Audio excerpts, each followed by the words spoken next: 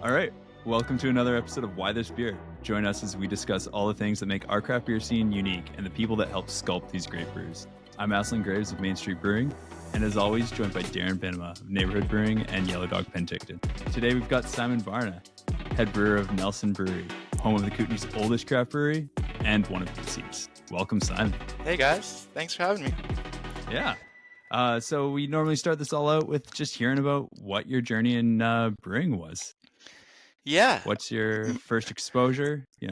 How'd you get in the industry? Yeah, so I grew up in Kingston, Ontario, and my first real job was at the Kingston Brewing Company when I was 14. Got hired as a dishwasher. But then, I just started bussing tables and then helping out with like all their side things too. So I got to know the brewer pretty well. Brewed a mean root beer, amongst other good ales as well. But yeah, it was very old traditional English ale pub.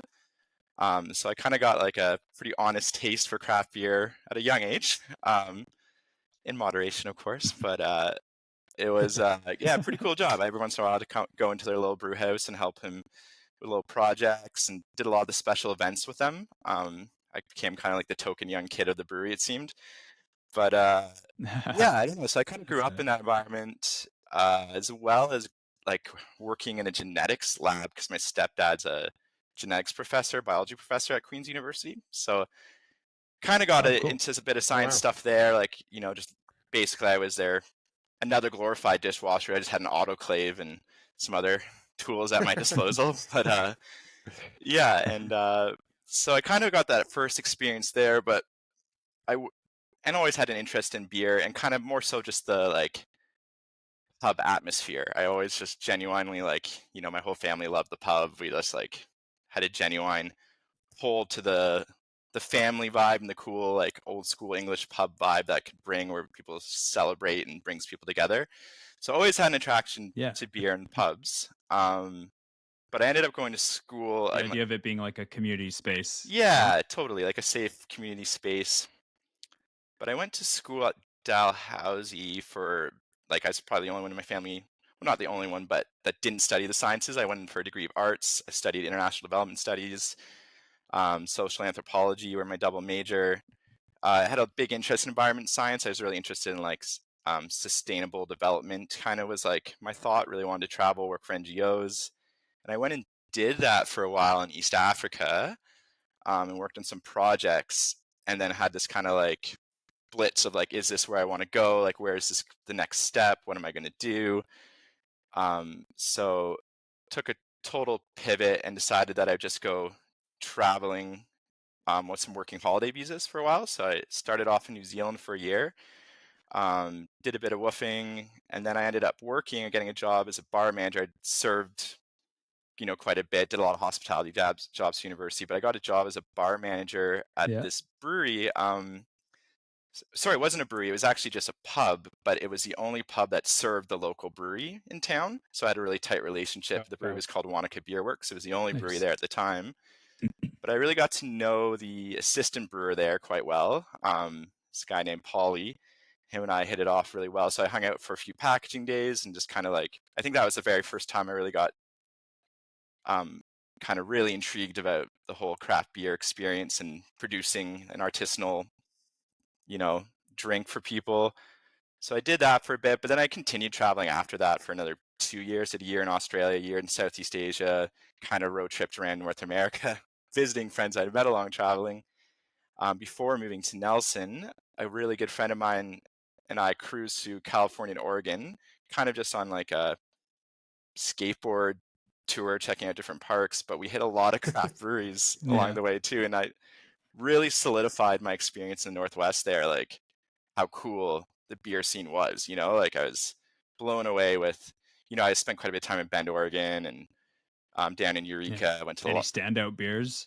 Well, I mean, I went to the original Deschutes Brew Pub, and it's such a beautiful location, and the beers were so epic. And then Crux Brewery was, just awesome. And so I think those really stood out.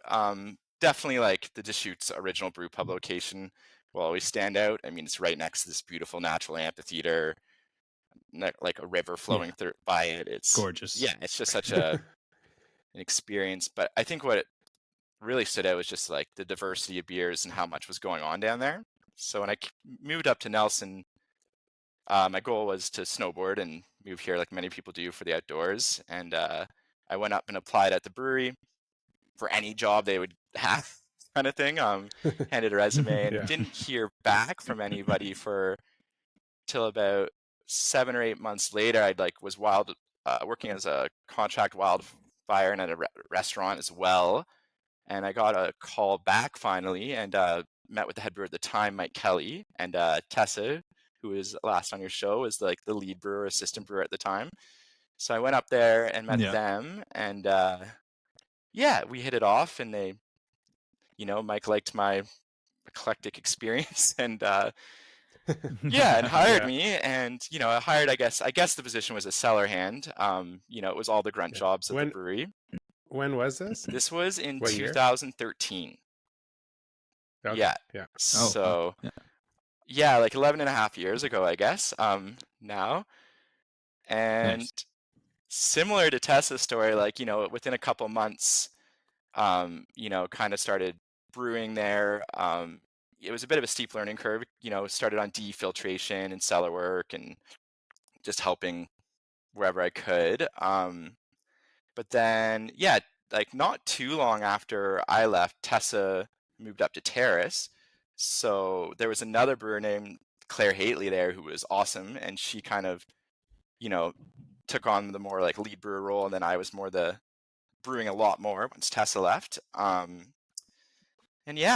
Claire was awesome. She went on to Big Rock Brewery for a while. And then I think actually got her master's in psychology and got out of brewing, but she was great to work with. They're both such inspirational women to work for. They worked very hard. Our brewery is very labor intensive, and it's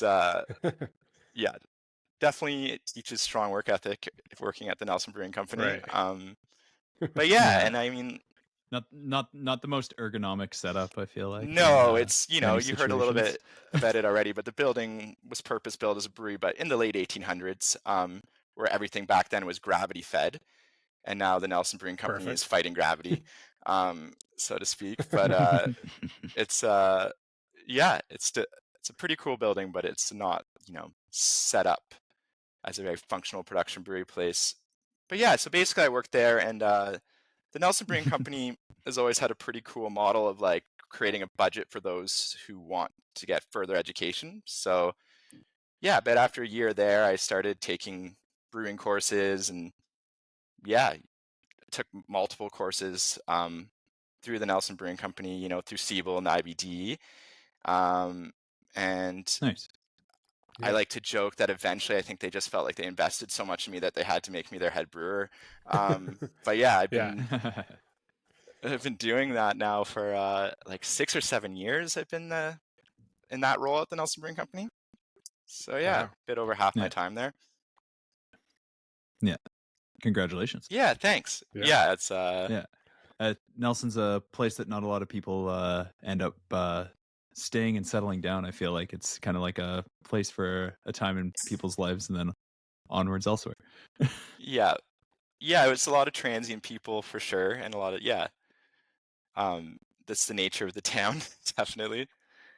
I don't know. I mean, I wasn't planning on staying and getting married and getting a house and and having a child and all those things, but I spent one winter there thinking, wow, this is the best winter I've ever had in my life. And then summer arrived, and it was just it was epic. I couldn't believe the amount of camping and access and outdoor sports, and I've been here now since 2012, and I feel like I just barely scratched the surface of the area of what there really is to do here. So that's a good sign. With being in the Kootenays, how does the demographic influence what's popular for the beers you're making, and like what people want and crave, and then even just getting ingredients in or getting beer out?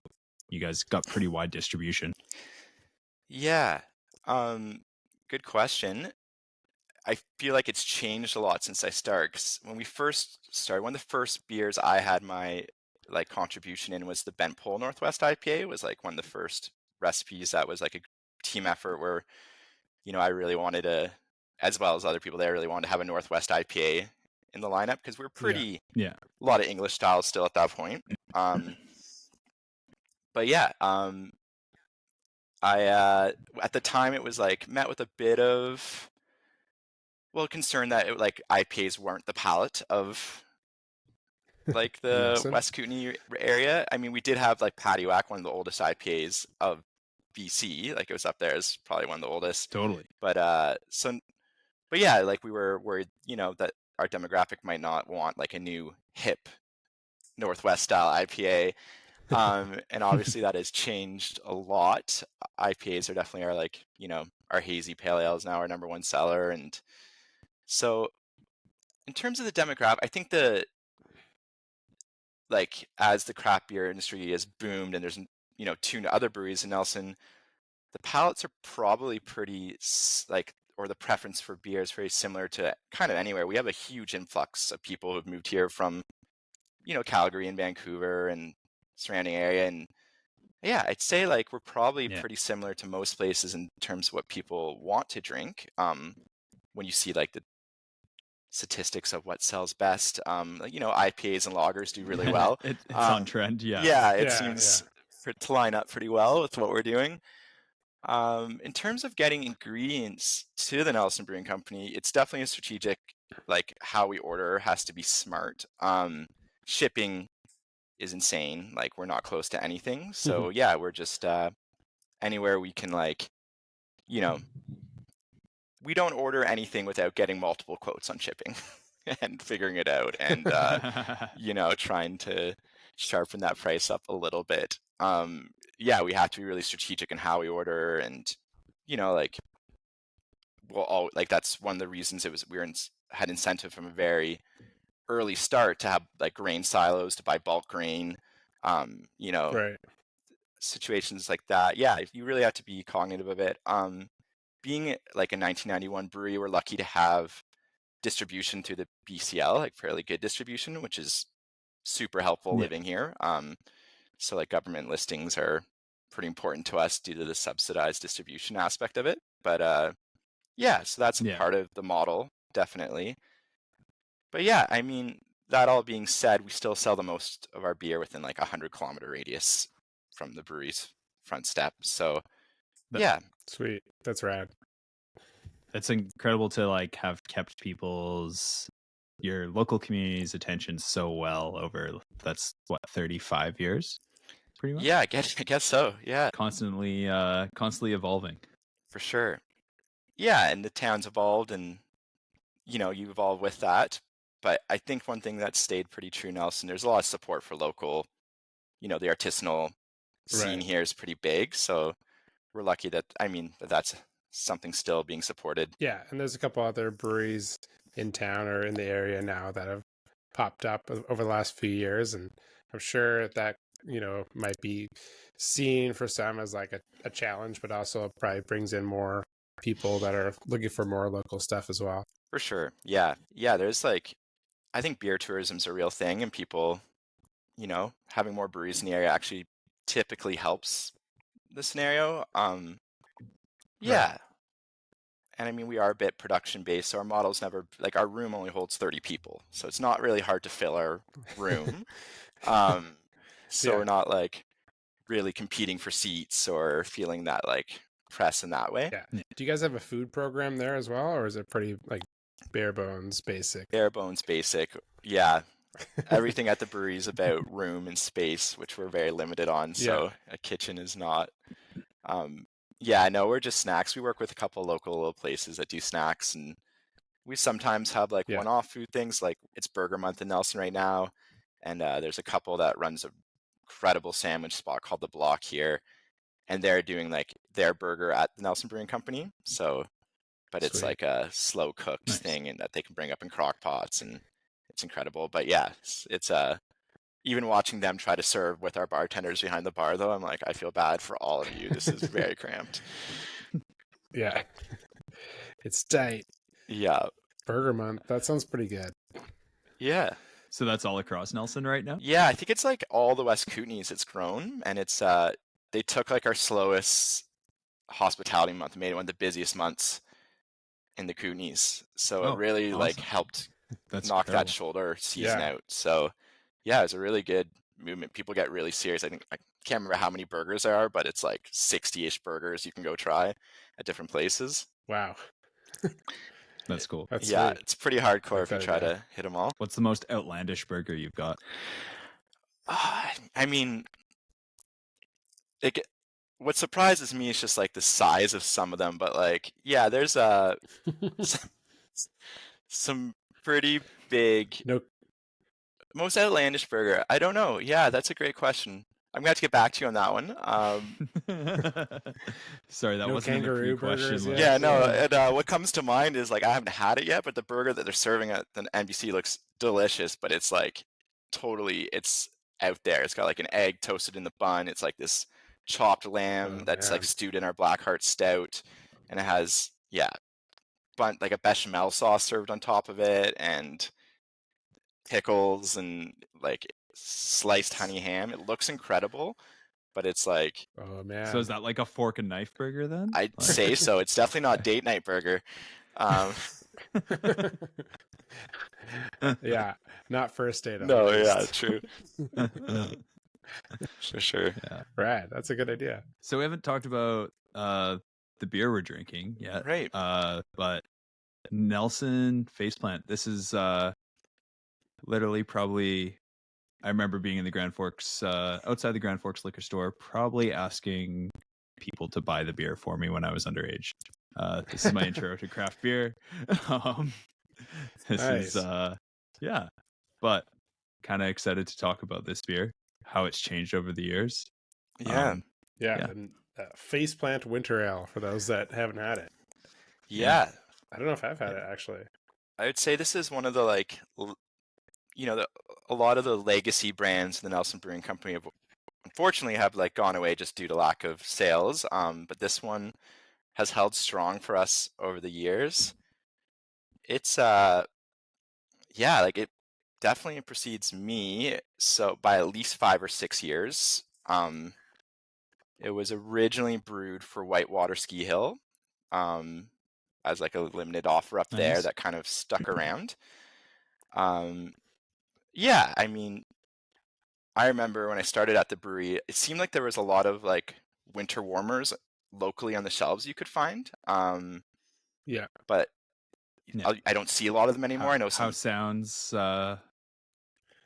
No, it's What is true. it? There's like a lot less, or maybe I'm not looking for them, so Right. maybe that's the thing too. Sometimes they're still there, or they don't make as much of it anymore as they Yeah. used to. Maybe. Yeah, and I think one of the things that stood apart for me is a lot of the ones back like then I was trying were like a lot of them were spiced winter ales. You know, Right. there was a lot of that like clove, nutmeg, cinnamon kind of thing happening, and a lot of them are quite more like higher ABV, boozier than this one is. I'd say this one's a bit lower yeah. on the end for the style at 6%. And I know the original concept of this beer was to make it a more like sessionable winter ale, not to be like spiced or too boozy, something that was a bit, more repeatable, more sessionable. Yeah, so that Yeah. was kind of the original concept. Make a winter warmer, which isn't, I guess, a style of beer. It's just a term people use to describe beer. I think they're more like based off of, the old ale or like strong British ale category would be like the closest beer category to this. But this beer, yeah, it's like had a really big following, especially with the ski scene in Nelson. There's like a ski Right. run at Whitewater named after it, which is cool. Yeah, it's used to be like, you'd see it, you still do at like all the we get a lot of snowboard and ski premieres here in Nelson that tour through, and you'd always, Faceplant would be getting cracked at all those. And yeah, it was like Yeah. has definitely a cool following here, on multiple demographics, like kind of older to younger people. So I appreciate that. Yeah, I mean, Nice. And so it's a pretty rich, dark beer. Like we've obviously high amount of Right. caramel malt. It's kind of like what what's kind of what's your, are you using maris otter as a base? Is it pale malt? Yeah, A so the specialty. base is 2-row pale. Yeah, it's a pretty simple grain bill. Like it's pretty high on crystal, like C60 malt, 2-row pale, and honestly has like a couple handfuls of Carafa Special 2, a handful of roast barley. It has a decent amount of like blackstrap molasses. Oh yeah. Nice. Yeah, which I think actually gives it quite a bit of that like rich, full sweetness that's in there. Yeah, brewing with, it used to have brown sugar in it as well. The recipe's been tweaked quite a bit over the time, but also a lot to do with the brewing techniques. The goal of this beer was to finish with a bit of body, like we aim for 3 to 3.5 Plato final gravity on this beer. But we used to have issues with it drying out quite a bit back in the day. So the brewers and I cut the brown sugar out of the recipe and added more molasses, which actually was like, we trialed that like conservatively because, molasses has a high iron content that can be oxidized. So we were cautious about using too much molasses, but finding Right. a decent volume. But yeah, so we took out the brown sugar and, we do have a new hot liquor tank now, but one of the issues with the brewery back in the day was our hot liquor tank was a bit undersized and the way we heat water was pretty interesting. A lot of work, but not too far off of some breweries have to do, but like heating water in the kettle and transferring it over to holding tanks and that sort of thing. But even before we got the new hot water tank, one of the things that really helped this beer was preheating the mash tun, which might sound like a simple concept, but wasn't really being done at the time. And it really just, I think there was a fear that maybe the foundation water would be too hot because we didn't have enough hot water. So the water we preheated with, we'd keep in the mash tun.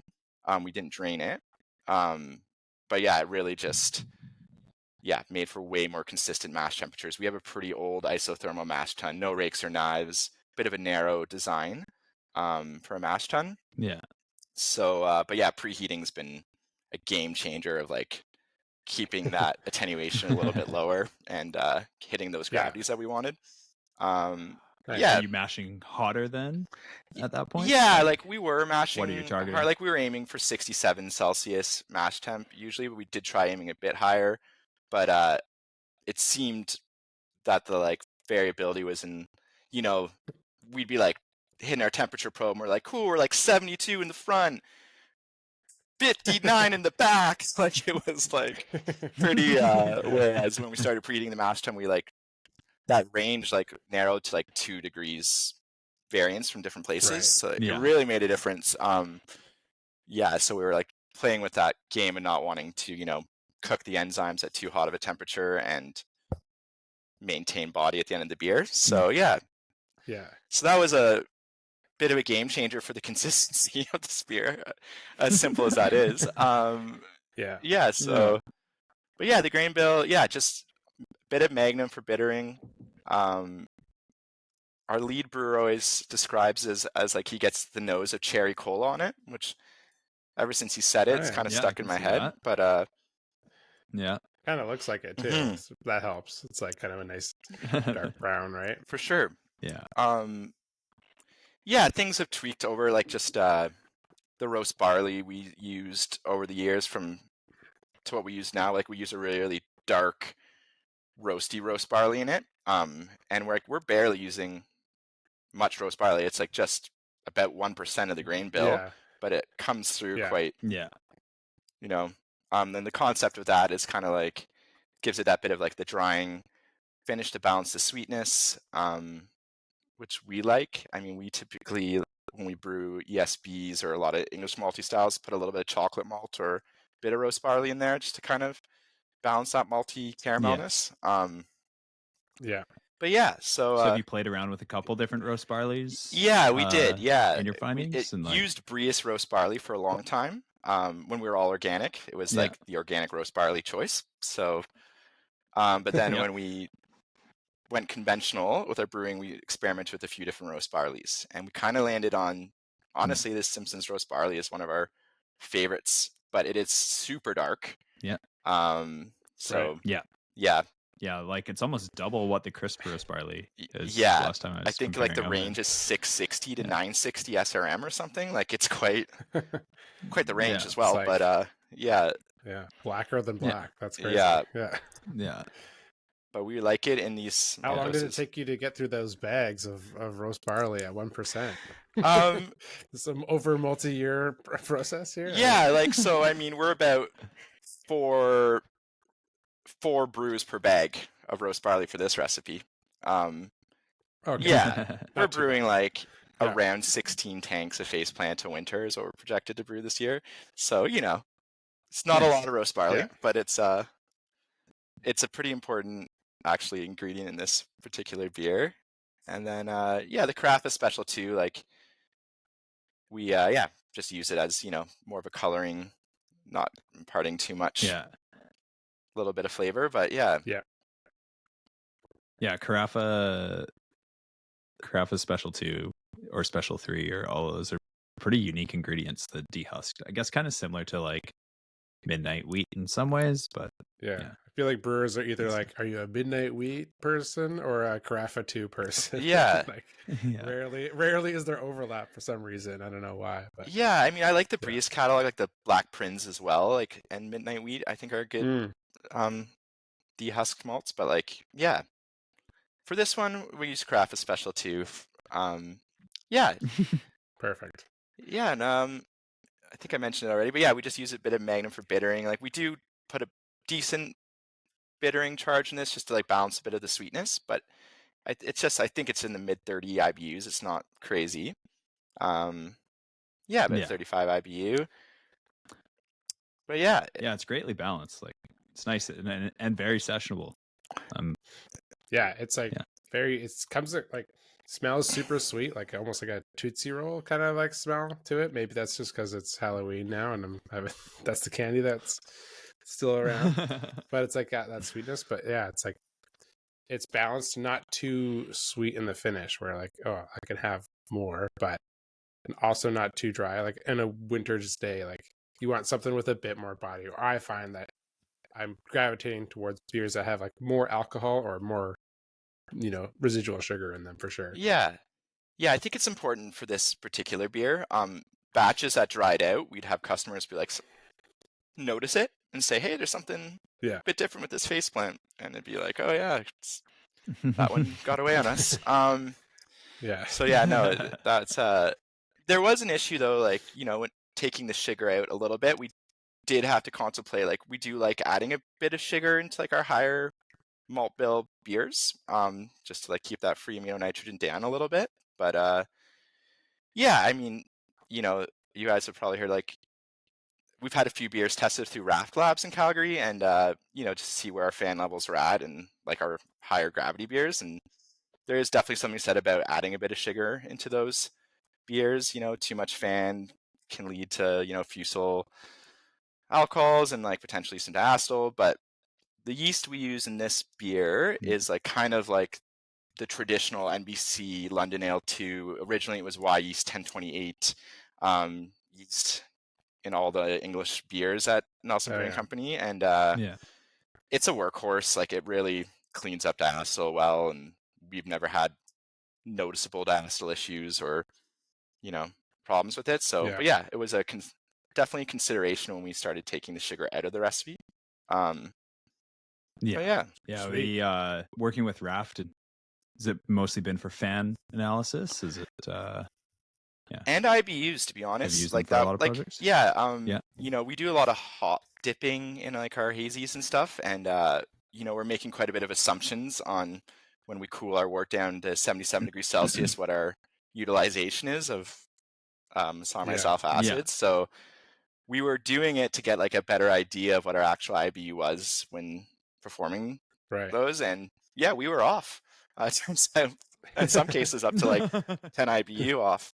On 10 IBU, we were 10 IBU over what we thought we were, which was interesting. So it helped us like perform better math when we're trying to calculate the utilization at those temps, which is nice. And now that we've like had those few beers tested, it's been a lot more consistent when we've sent a beer and we've known the IBU. But yeah, yeah, it's just Being able to hone it in further. every Yeah. once in a while. I usually try to like make a budget to send 2 beers off, like especially new beers, or if we think they're gonna have a place in our core lineup, just to see certain specs on it. But yeah, like IBU, we don't have an alcohol meter here, so I like seeing actual ABV on some beers, which Yeah. is Yeah. pretty interesting. Like what equation you use to calculate your ABV is important, and yeah, Yeah. I just What do you Yeah, mean? the, Brewer's friend is not going to cut it? yeah. Would you use the advanced formula or the regular formula, Darren? I don't know. The one that gives me the number that I want. Yeah, exactly. Or a nice medium between the two. But yeah. Yeah. But that's been interesting too, because we've sent beers in where the math says it should be exactly where it's at, and in one beer it was, and then the next beer it's off by like not much, but 0.3 or 4% or something. You're like, oh, interesting, Wow. Yeah, it's just more information is always powerful, but yeah. Yeah. And then the more Yeah. questions, the more information you get, the more questions you have. Exactly. The more confusion that follows. Yeah, 100%. Yeah. Knowledge is power. Crippling, though. Yeah, I mean, you guys as Nelson Brewing have been around for like 34 years or something like that. Is there any beers that you'd like to like take from the archives and blow the dust off and like bring back, or is there one that like people keep asking for that like they brewed before your time or something like that? Yeah, that's a good question. I'd say like our oldest legacy beer is the Blackheart Stout, and I'm very thankful it's still around. It like had a couple years break, but Nice. it's back, and it's honestly like in our tap room in the winter, it's the best seller. But so it's still around, and I'm very thankful for that because I actually think it's like it's been heavily tweaked over the years, but it's I think a really good example of an oatmeal stout, in a style I really like. Yeah. But in terms of like old beers to bring back, one that I always really liked was the Old Brewery Ale. I don't know if anyone ever got to try that one, but it was like a pale ale, It's the red label, red right? label, and it was like out around the time Sierra Nevada Pale Ale was out, and like also using Cascade, and I was like, oh, that's really cool. Like, and seeing these old brewers notes on the beer. Honestly, like having all these brewers notes from 1991 sitting up in the lab, it's crazy. You can just see like they're like acid washing the yeast every brew, and like it's just like some really old school stuff. It's really cool to see. Yeah. If you're ever by the brewery, it's worth like taking a look at, and you can just see like the handwriting just get worse over generations too, which is an interesting sociological experiment. But it's But the Old Brewery Ale, I don't know. I always felt that it should have been like Nelson Brewing Company's Blue Buck. Like it was just like a simple, really easy drinking pale ale. It had a really good nuance of like the old like Hallertau hops with Cascade, and I really like that pairing of like noble flavors and modern citrusy hops. Yeah, and it just like wasn't too malty, but it had a bit of a malt backbone, like a balanced pale ale. No dry hop, all Whirlpool edition. But yeah, it was I thought a really solid beer, and there's lots of, depending on which department back in the day you asked, it was either the sales department's fault or the brewing department's fault why it didn't ever launch fully, but it had a really big following locally, and I don't know, I always loved it. We actually did bring it back for an anniversary beer one year, and it did okay. I don't think the general public was quite as excited about it as the brewers, so that may say something about my theory. So we did bring it back, I guess, but I always felt that beer was quite, I don't know, there was something kind of special about it that I think deserved a little bit more of like a BC Legacy brand kind of thing. But but yeah, like when you brought it back, did it taste the way you remembered? It did, and more importantly, like some old locals told me it tasted the way they remembered, because Perfect. Perfect. Yeah, that's the best. That was they were definitely the people I would trust the most, because they drank more of it back then. I feel like those times whenever you make like you bring back a beer that hasn't been made in a while, or you like make a brand that is like local to a certain region and whatever, and then you have somebody come in and they're like, oh, this reminds me of like, it's that snapshot No of doubt. whatever memory they have. Yeah. For sure. That's always rewarding. Yeah, it's like a nostalgic thing for people. It's really quite cool. Yeah. For sure. And beyond that brand, I'd say the one that I think I hear the most that people, I mean, it's hard to say because people want, every time you kill a brand, people are pretty upset about it. And we get lots of emails and, Yeah. and unfortunately, like, yeah, there's nothing you could do. Like our After Dark Brown Ale was a hard one to lose. I hear a lot about the Full Nelson double IPA. People asking to bring that one back, which was like a cool beer because of, I actually think Tessa touched on this in your last podcast, but like because the Nelson New Zealand hop program was all organic, we used quite a few of their hops. So it was like loaded full of Nelson Sauvin and quite like a multi double 8.2% IPA. But it was a pretty Sweet. balanced, cool beer. Yeah, it was like yeah, kind of an old school meets new school IPA. You don't see a lot of our new recipes with any crystal malt in them anymore. So like, but I do have an appreciation of like the balance that some of these beers actually really did achieve. Yeah. Oh, yeah, and that's fun. Yeah, it's having them fresh. It's so good, right? For sure. Sure, you can get some oxidization from the crystal malt, but fresh off the tap, like out of the bright tank, oh, it's so good. Yeah, definitely. Balance is so nice, right? Yeah, I do think that like we're going back to that a little bit. If that like balancing that super dry like IPA is like bringing that sweetness up a bit is like I think it's great, and I think it's starting to come back. People are appreciating that more for sure. Definitely. Yeah. So this was your team's first year in Yakima. Managed to run into you. Yeah. That was great. Pleasant surprise. Always. How was that experience? And how can, like, as brewers, better learn like from farmers' experience in agriculture? Yeah, I honestly, I've done a lot of really amazing brewery trips, different CBCs and conferences over the years, but I would say the whole brew team, I mean, me and the three other brewers going down there together as a team, it was probably one of my favorite work trips I've ever been on, hands down, for various reasons.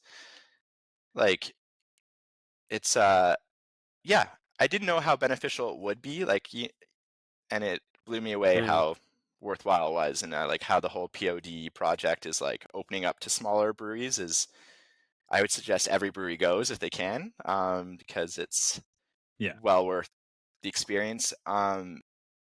Getting a chance to like learn and teach and talk with your brew team about the hops and like understanding the hop oils, like I find it like, yeah, really cool. You read about hop oil analysis and stuff, but actually get to go and do it and do the sensory and be like, this is what we're brewing with, and really think about it in terms of how it's going to like show up in your beer. Like you might be smelling something, you're like, oh, it's like woody, earthy, and it turns out it's high in myrcene content, but like that's not really going to come through.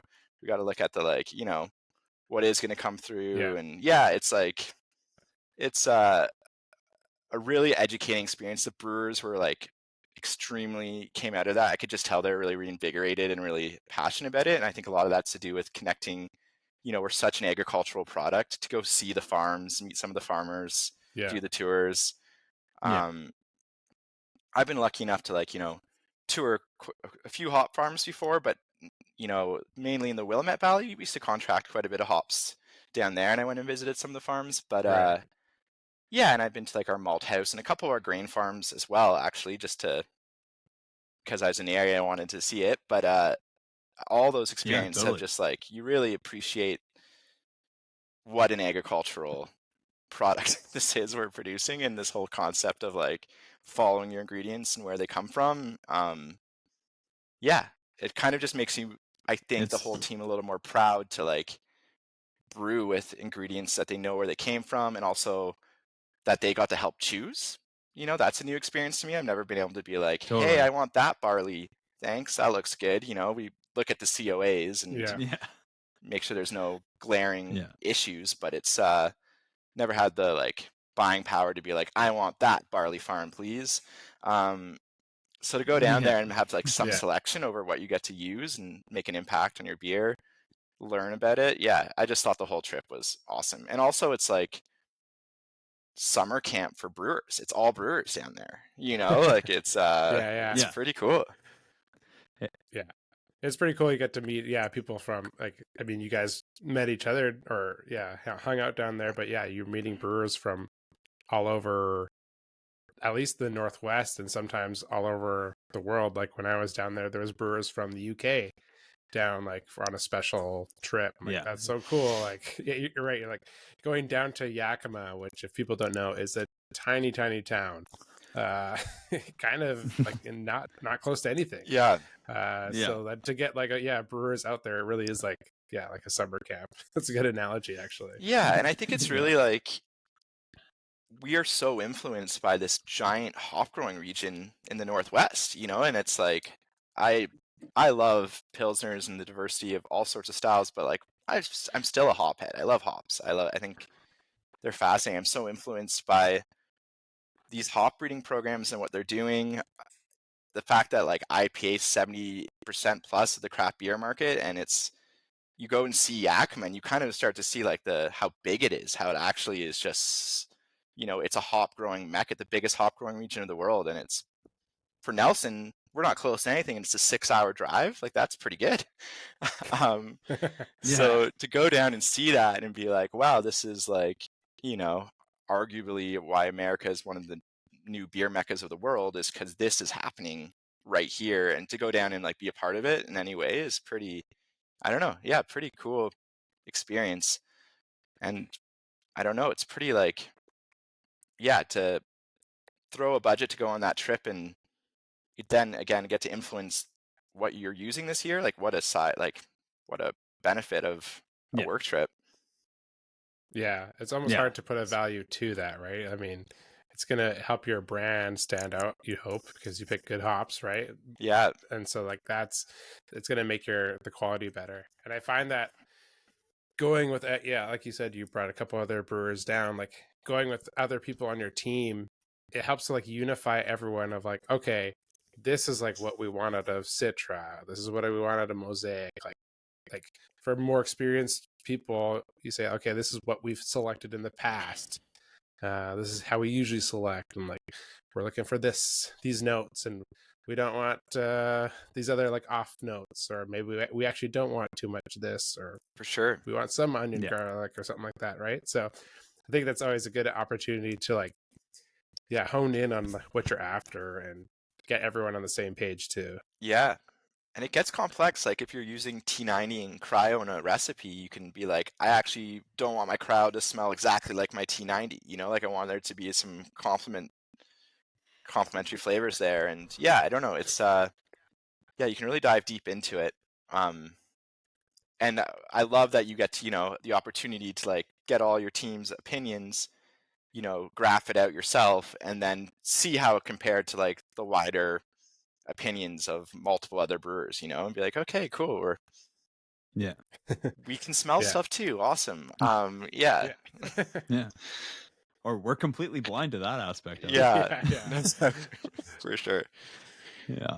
That's valuable too, because I've learned like, oh, I do not get this thing, but then like someone else is super sensitive to that, like for sure, to that peach. Like I'm not getting peach at all. To me, it's like floral or something like that, and like you learn to like rely on people, and then you go back to the brewery, you're like, oh, like, do you get this and do you get that? Like that's cool too. Yeah, totally. What was your most surprising varietal? Simcoe this year. Just like there was this one lot of Simcoe that hit the table that I just instantly like. We just kind of made our first order off the 24 crop year contract, and really excited to get some Simcoe in. It's I can't remember. I did take some notes, but I can't remember if it was like a cryo lot or a T90 lot that we smelled, but it just, in terms of like what hit the table and excited me the most that it was an option for us was one of the Simcoe lots. One of the new hops we weren't selecting for, but we have been spotting some is like what was 586 now Crush. It's probably one of the new varieties that I'm really excited about. I think it's a great hop. In terms of like, IPA hop. And we just used it at Neighborhood to do fresh hop, and it turned out super cool. We dry hopped with pellets, but like super interesting hop, definitely different than like some of the normal hits like Citra Mosaic. It's got some really crazy flavors to it, but very, very nice and Awesome. like very bright and guava and like lychee, weird tropical things, but then kind of like cucumbery and watermelon too. I found, which at first I was like, this is not going to be good, and then it kind of pulled around the corner. I was like, okay, this is good. We're going to be okay here. We picked up some melon notes from it as well when we used it, and we were like, oh, that's not exactly what we expected from it, but yeah. I described it as like going into like you're in the mall and you like walk past the body shop. They have like all those lotions and stuff. It like smells like that store. It's like kind of like those like weird herbal cucumbery things, but then these awesome like crazy tropical sweet aromas as well. That's awesome. Oh, that's cool that you did a fresh hop beer with it. Yeah, it turned out nice. So what Nelson beer is going to be showcasing that Simcoe? Our Valhalla Hazy Pale Ale is, and our Benpol actually both carry Simcoe, but the Valhalla it's more notable, and I'd say present. Yeah, it'll be in the Valhalla. So if you go pick up Valhalla, you'll know that Simon, that was his schnoz that picked that up. Pretty excited. To be fair, the Valhalla does have like a few hops in it, but I'm pretty excited about all of them that are going in. But that's Simcoe this year. It's worth looking out for. All the Simcoe lots this year were bangers. It was just like pick your favorite. So that was easy. It was a nice one to select, I thought. Yeah. And speaking of Simcoe, we got to go to, I hope I have the name right, Peralt Farms. Is that correct? The birth of Simcoe. Peralt. Peralt. Yeah, that was pretty good. That was a really cool tour. One of the biggest hop farms, I think, down there. For sure. Yeah. Their processing facility was just, I've never seen anything on that scale before. It's quite wild to think that there's like multiple of those in the Yakima Valley.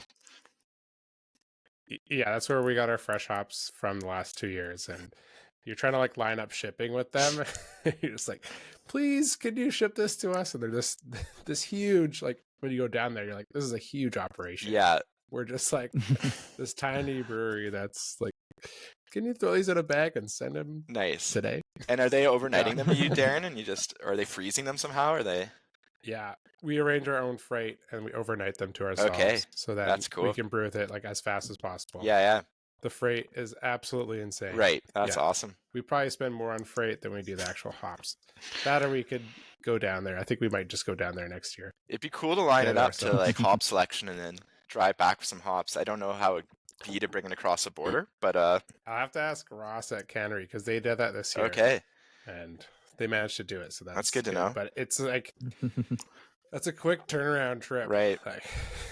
Like yeah. Yeah, they look at us CUNY kids kind of sketchy when we bring giant bags of green cones across the border. That's what I'm worried about. Yeah, it wouldn't make it that obvious. Yeah, right. Exactly right. Yeah. I feel like it's almost worse to say it's an agricultural product, though. Yeah, that's a good tip though that Ross did it this year, because that would be really sweet if you could just line it up to your fresh hop beer. Yeah.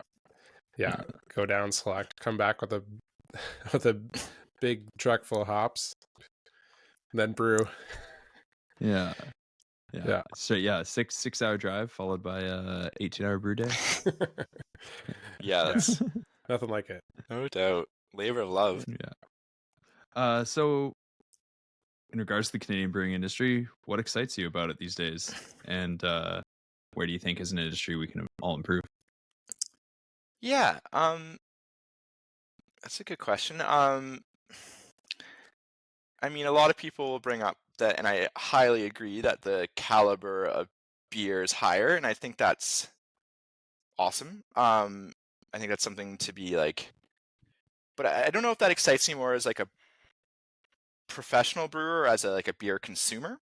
It's like there's something to be. Um, so what excites me, I'd say, like, is it's the thing that's always excited me about brewing because like we're kind of preserving this cool piece of history. We're part of an artisanal craft, but like the science is always evolving, and I think it's like I'm excited to see what new yeast strains pop out, and like um I'm not as purist as certain people about the like it having to be natural. Like I think if someone can hack a yeast strain to make things smell awesome, I think it's cool. Like I think I'd like to try that out. Yeah. I think naturally derived terpenes could have a really cool place in beers, as opposed to extracts that have traditionally taste kind of fake. I think all this is really exciting, and just like the amount of experimenting and products out there is just it's endless. It's like every year it's like I gotta like and I say this because we are conventional brewing now, so a lot of these are off the table completely to me before. So there's like this whole playbook of things to experiment with that I just think keeps it really exciting, and also is what keeps our brewers really engaged as well. Like, if people who are into it, like, yeah, little recipe tweaks, everyone's excited to see what it does. Like that's a thing I think Yeah. professional production breweries have to, like really appreciate. Like we did this tweak, let's do some censoring and see what we think. Yeah. Which is one nice thing about brewing core brands is that you can do that. But yeah, just to like try new products. Dialing in a core is pretty rewarding. Yeah, totally. Yeah, it's very rewarding, and like so I'm excited about all the new products that are coming out. Like we're gonna do some bench trials next couple of weeks of the Euphoric stuff. We're gonna try it out, just see what we think, and yeah, but all that to me is exciting. I like the experimentation side of it. Euphorics is the Haas. Yeah, that's right. Haas extract. Yeah. Right? Yeah. They Nice. Yeah. So yeah, you need like we're doing it with like a pipette, and like that does it at like a 10 microgram scale to like do these bench trials. Like it's pretty small amounts, but yeah, anyways, it's a pretty exciting time. The science is always developing. But what else excites me about the brewing industry? I think sometimes with like hard times in the industry, like it also creates a push for initiative, and like people being creative on how to be efficient as breweries, how to keep the customer base engaged in a world of RTD drinkers and things. Like I think there's like as hard as no one loves hard times, but like there's positive that can come out of that too. If like not to sound harsh, but like trimming some of the fat, like the people who are wanting to succeed and have their heart in it will, in my opinion. And I think that's also a positive thing about the industry being like a bit harder to work in.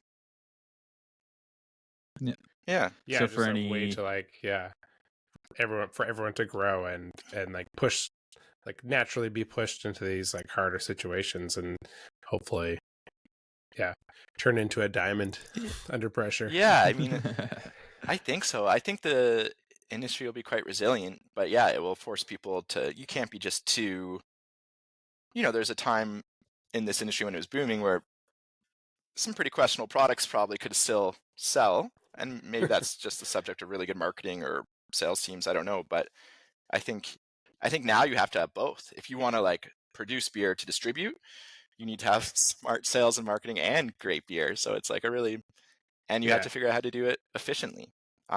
Like since COVID, we've had to focus on efficiencies a lot, and at first that can be pretty stressful, being like, oh, efficiency, but like it's also kind of exciting. Like, if you're like, hey, we're getting like way higher yields per brew, like that's a successful thing, and people can feel good about that, and it's yeah sweet. Yeah, it's nice, like finding those things where you're like, oh, I like saved 100 liters per batch on this brew over a course of a year, and they're like, whoa, we actually brewed 2 batches less overall while producing the same amount of volume. Yeah, it all adds up. for sure. For any new brewers just getting into the industry, do you have anything, words of wisdom or advice? Yeah, I feel like I could rant about that for a long time. But yeah, I mean, buy good boots. yeah, no doubt. Yeah, I mean, hopefully, I'm a very not your typical brewer. Like I've been at, well, if you not counting my high school, not really brewing experience, I've been at one brewery my whole career, and I think some brewers and ex-coworkers have been like, oh, like how do you feel about not moving around more? Like, do you feel like that stunted you? And I don't know, I don't at all. Like I feel like I had the access to so many other colleagues in the industry, collab brews, and I learned so much over the years, and I'm still learning. So I feel like if you find a good brewery that you like, it's nothing wrong with staying at it. If the business treats you well, I mean, that's something to be said. Or if you're starting your own business, I'd also say that I've told some friends before that like recipe development's awesome, and I'm definitely not trying, like I really believe in the grain to glass, like paying attention from your raw ingredients all the way to the finished product. Like having a recipe is great, like, but the fact is, like, executing a recipe is way different than having a good recipe. A lot of people can be like, hey, like I got this awesome recipe I wrote, but like actually executing it from every step of the process on probably not, depending on your brewery, a huge budget. So you can't just like throw money at fixing certain problems in your brewery. Creates a lot of problem solving. Yeah. And I'd say, so like seeing that execution from step to step, knowing that getting into the brewing industry, you're running, if you're in a head brewer role or becoming into any sort of managerial role, you're running a small plant. Like that's what we're doing. It's like, it's a small production facility. Yeah. And think about everything that entails. It's not just, looking handsome and brewing beer and, like telling people you're a brewer. It's cool, but like you're running a plant. I'd say like the hardest. That just comes naturally after. Yeah, well. Yeah. Yeah, I just like, I'd say the hardest part about working for a brewery isn't always making good beer. It's managing people. It's how are you at that? How are you at keeping your team engaged? Like we really pride ourselves at employee retention at MBC. Our lead brewer's in there for almost 10. Our second longest brewer's been there for 7, and I love that. Like how do you keep these guys engaged over the years? How do you, surround people that are like-minded and, but also diverse? I believe in collaboration. Like don't be scared of hiring smart people that will question you. Like I like people throwing out opinions, and I don't know. I would say, I guess, just know what you're getting into. It's not just about like banging out a sweet recipe, because that'll happen naturally after. For sure. Just look it up online. There's lots of good ones out there. That's it. Yeah, there's no shortage. How good is your DO? That's the real question. Yeah, and I mean, that's it. Yeah. Like, I think that's stale beer is partially what's killing the industry a little bit. Like keep your DOs tight. Get a DO. I don't know. It's I know. Yeah, monitor those things. We did a big sensory beer panel on all our bunch of the top selling hazies in the BC market recently, and it was totally blind, and everyone just wrote down their notes and rated it. But like, it was really interesting how it just wasn't fair, because anything that was over 2 months, 3 months old, just like people picked up different things. Like the brewers were able to pick up oxidation pretty easily, but they still ranked really low on the majority. And this was like 16 people in the sensory panel. But like the only thing I really learned from it wasn't who had the best hazy in BC. Was old beer's tough. Like it's it's hard to keep it fresh. Yeah. All we can do is control how it leaves the brewery, and that's you kind of just and hope that your salespeople are keeping an eye on it. I always remind remind my staff, I'm like, we're the only ones who get to drink it off the bright tank, and that's not necessarily what everybody else is getting No. 100%. down the road. Yeah, I heard a brewer once say like he doesn't do sensory on his beer until it's 1 month old. Like with his brewers, you know, like they do proper sensory because they figure that's the average time it takes to leave their brewery and actually hit someone's hand, which seems like a little bit long, but like to be fair, a lot of people are drinking your beer after a month, which is They could buy it sure. fresh and it sits in the back of their fridge or whatever. Yeah. You know, give it to a buddy. Who knows? Yeah. No, I believe like we try to taste our beer up until 6 months because that's when we like say it's good till, and then I mean at that point, don't. It's really, You're on your own. Well, Simon, it's been great having you on the podcast, and a real treat for my young self to get to dive deep on the Faceplant Winter Ale. If people are looking to get this outside of the brewery, you can pick it up at the BC liquor store. It says seasonal listing, right? Yeah. Or if they don't have it, request to get it in. Yeah, I got it in Penticton, no problem. The BCL. Yeah. For sure. Yeah. And if you want to support us and like what you hear, make sure to tell your friends about the podcast. Subscribe and follow on all the social accounts, Instagram at Why This Beer, and on Facebook as well. And of course, support Darren and I by buying neighborhood beer and Main Street Brewing where you can. Well, thanks a lot, Simon. Yeah, no problem. Thanks for having me, guys. It's been a pleasure. A real treat. Cheers. Yeah, cheers. Cheers.